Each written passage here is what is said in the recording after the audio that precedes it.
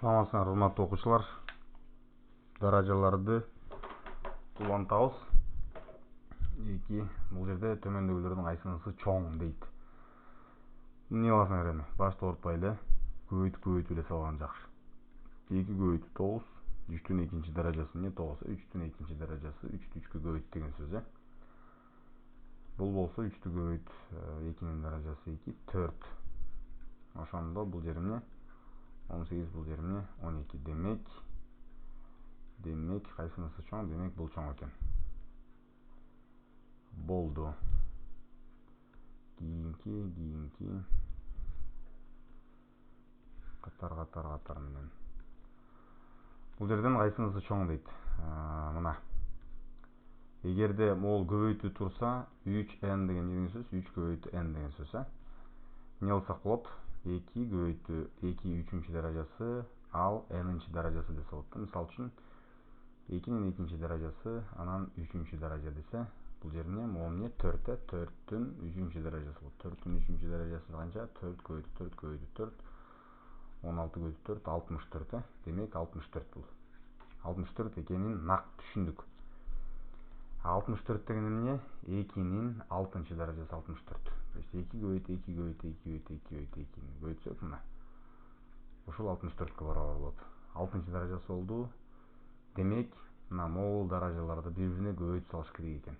Мына могул эреже ушул жерден келип чыгат. Демек, бул жерде экөөнү бири-бирине көбөйткөндөн кайра 2-ге бөлүп койсок болот, эки жака. Бул жерде болсо 3-түн экинчи даражасы, анан n деп койсок болот.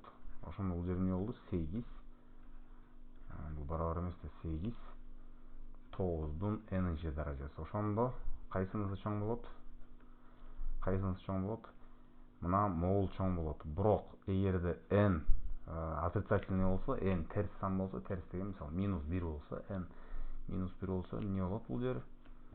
8-дин -1-нчи даражасы 1/8 деген сөз. Ошондо бул 1/8, бул жер болсо 1/9 болуп калат. Бул чоң болуп калат анда. Эгерде могул отрицательный болсо, n отрицательный болсо, бул чоң болуп калат экен. Эгерде n положительный болсо, бул чоң болуп калат экен. Эгерде n 0 болсо эмне болуп калат? 2-нин 0-нчу даражасы анткени 3 көбөйтүлгөн 0 0 да. 2 көбөйтүлгөн 0 0.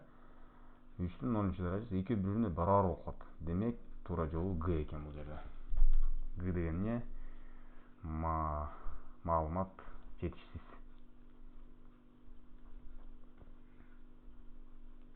Таңның гана өрү дүнүйө.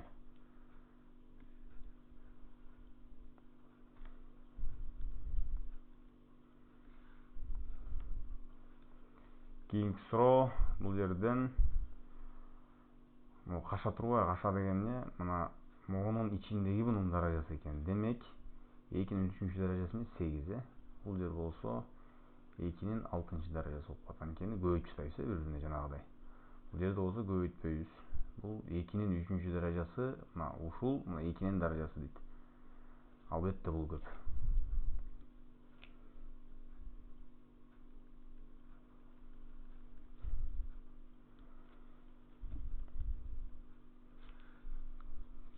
Кийинки эми бул жерде y эмнеге барабар дейт. Бул эреже, могул эрежени түшүнүш керек да. Мисалы үчүн 8 бөлүнгөн 2 дейлик. 8 бөлүнгөн 2 эмне? 4. Буну даражалары менен жазсак, 2-нин 3-нчү даражасы бул эч нерсе жазылбаса, демек 1-нчи даража. Бул эмне? 2-нин 2-нчи даражасы. Демек, үстүдөгүн ылдыйдагыга бөлгөндө бунун даражасынан бунун даражасын кеметип салыш керек экен. 3 - 1 барабар 2-нин 2-нчи даражасы болуп калды да. Демек, бул жерде эмне алабыз? Эгерде көбөйтүү болсо, мисалы үчүн 2-нин 2-нчи даражасы көбөйтүү 2-нин 3-нчү даражасы. Бул эмне болот? 2-нин 5-нчи даражасы болот. Себеп дегенде 2 көбөйтүү 2 көбөйтүү 2 көбөйтүү 2 мына 5 жолу болуп калат атпайбы? 2-ни өзүнө 5 жолу көбөйт деген сөз да даража деген. Болду, эмне алабыз? Кошобуз баарын. 5 - 1 плюс 5 минус 4 болуп калды. Ушул барабар 5-тен y-нчи даражасы.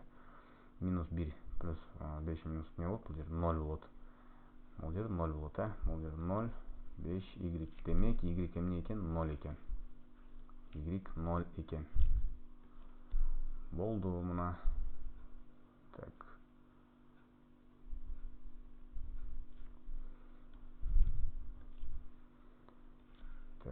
чыгарабыздар кийинки. Эми бул жерде модуль x дейт.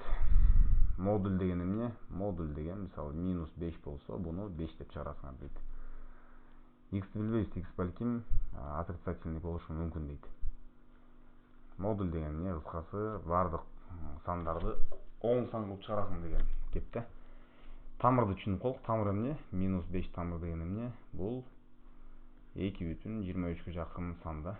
Ушул 2,23-тү өзүнө көбөйтсө эмнеге барар болот? 5-ке примерно барабар болот. Бул жерде узун да тык деген.